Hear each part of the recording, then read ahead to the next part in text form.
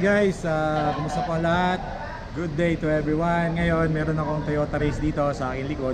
Kinakabitan natin ng backup camera.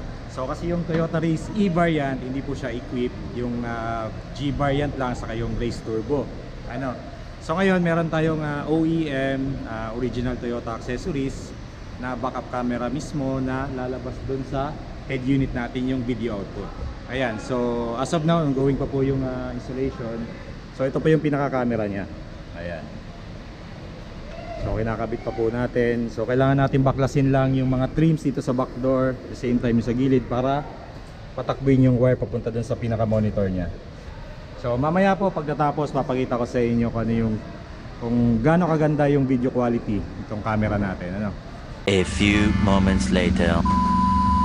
So ayan mga lods, nakabit na natin yung reverse cam. Tingnan natin kung gaano kaganda ang video output nya. So try natin reverse. Yun, diba? Ang kagandahan nito, dito mo mismo lalabas yung video output nya sa pinaka monitor nya. So ayan, diba?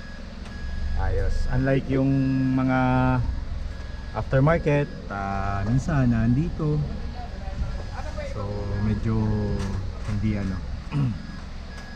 hindi maganda. So ito mismo dito sa unit niya mismo. So ayan, lalabas na natin yung unit at okay na.